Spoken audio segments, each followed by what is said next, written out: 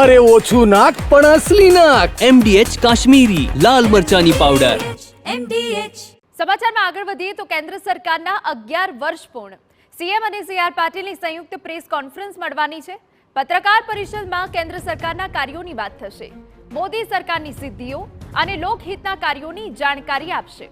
Operation સિંદૂરથી લઈને વિવિધ વિકાસ કાર્યોની પણ વાત થશે. દેશના અર્થતંત્રથી લઈને છેવાડાના માનવીના વિકાસની ચર્ચા થશે.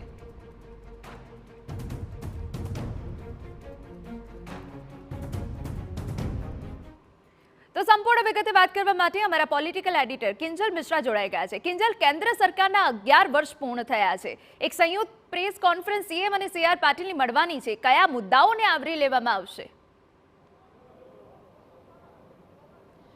બિલકુલ, ગત વર્ષે 9 જૂને વડાપ્રધાન તરીકે સતત ત્રીજી વખતે નરેન્દ્ર મોદીએ શપથ લીધા હતા. ત્યારે 11 વર્ષ જે છે મોદી સરકારના, કેન્દ્ર સરકારના તેની ઉજવણી છે તે ચાલી રહી છે. જે થીમ હતી, આપ જુઓ કે ગઈકાલે જ્યારે ભાજપ રાષ્ટ્રીય પ્રમુખ JP નડ્ડા દ્વારા પ્રેસ કોન્ફરન્સ કરવામાં આવી હતી, આજે ગુજરાતમાં પ્રેસ કોન્ફરન્સનું આયોજન કમલમ મંચ પર કરવામાં આવ્યું છે. ખાસ કરીને ભાજપ દ્વારા હંમેશા વાત કરવામાં આવી છે સેવા, સુશાસન અને ગરીબ કલ્યાણની. તો આજે 11 વર્ષ છે. આ 11 વર્ષમાં કેવા પ્રકારના કામ થયા છે તેની વાત એક રંગોળીના માધ્યમથી પણ અહીંયા મૂકવામાં આવી છે.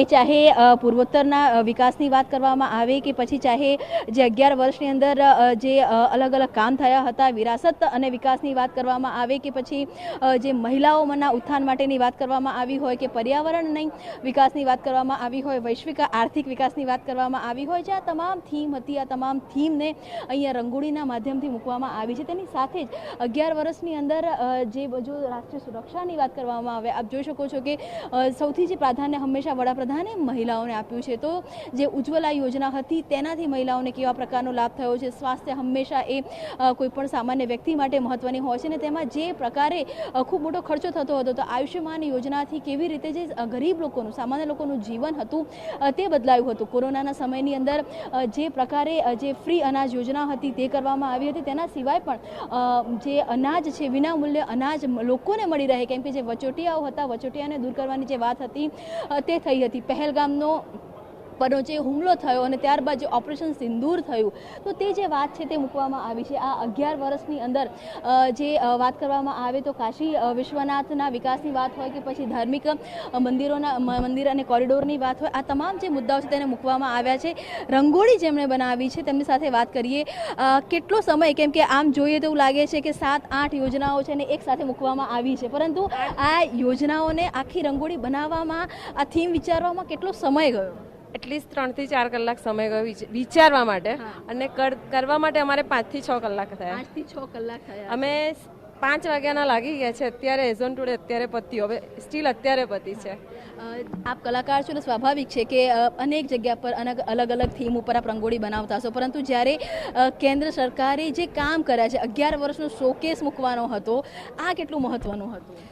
આ બહુ જ ઇમ્પોર્ટન્ટ છે, કેમ કે ભાજપ સરકાર જ્યારથી સત્તા પર આવી છે ત્યારથી પ્રોગ્રેસ છે, અને પ્રોગ્રેસ ઘણો બધો છે. બતાવવા માટે બી આજે લોકોને સમજવાનું છે કે ગવર્મેન્ટે આટલું બધું આપણા માટે કર્યું છે, તો આપણે બી કંઈક એના માટે કરી છૂટવું જોઈએ. બિલકુલ, તો સ્વાભાવિક છે કે એક રંગોળીના માધ્યમથી અહીંયા કમલમ ખાતે 11 વર્ષની અંદર જે સિદ્ધિઓ છે તેને મૂકવાનો પ્રયાસ છે. તેની સાથે જે અલગ અલગ કટઆઉટ્સ છે તેમને મૂકવાનો પણ, તેના દ્વારા પણ 11 વર્ષમાં શું કરવામાં આવ્યું, જે કહી શકાય કે મોદી સરકાર 3.0માં આગામી સમયનો પણ જે રોડમેપ છે તે તો ચર્ચા કરવામાં આવશે જ, પરંતુ આ 11 વર્ષ કે જે સુશાસનની વાત કરવામાં આવી રહી છે, આ 11 વર્ષ કે જેની અંદર વાત કરવામાં આવી રહી છે સામાન્ય લોકોથી માંડી અને એક અલગ અલગ વર્ગના ઉત્થાનની, તો 11 વર્ષમાં ખરેખર ભારત કઈ રીતે બદલાયું તેની જે વાત છે તે કેન્દ્રમાંથી ગઈકાલે પણ કરવામાં આવી હતી. ને આજે ગુજરાતની અંદર ભાજપ પ્રદેશ પ્રમુખ તેમજ જળશક્તિ મંત્રી CR પાટીલ અને મુખ્યપ્રધાન ભૂપેન્દ્ર પટેલ થોડી વારમાં આવશે અને પ્રેસ કોન્ફરન્સમાં 11 વર્ષની વાત છે તે લોકો વચ્ચે કરશે. બિલકુલ, આભાર કિંજલ તમામ વિગતો બદલ. તો આપે દ્રશ્યોમાં જોયું કે જ્યાં વિશાળ રંગોળી કરવામાં આવી છે, જેમાં કેન્દ્ર સરકારની યોજનાઓને પણ આવરી લેવામાં આવી છે.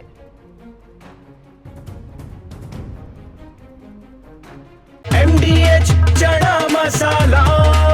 હવે છોલા હોય કે ચોળા, સફેદ ચણા હોય કે કાળા ચણા, બધું મજેદાર બનશે. MDH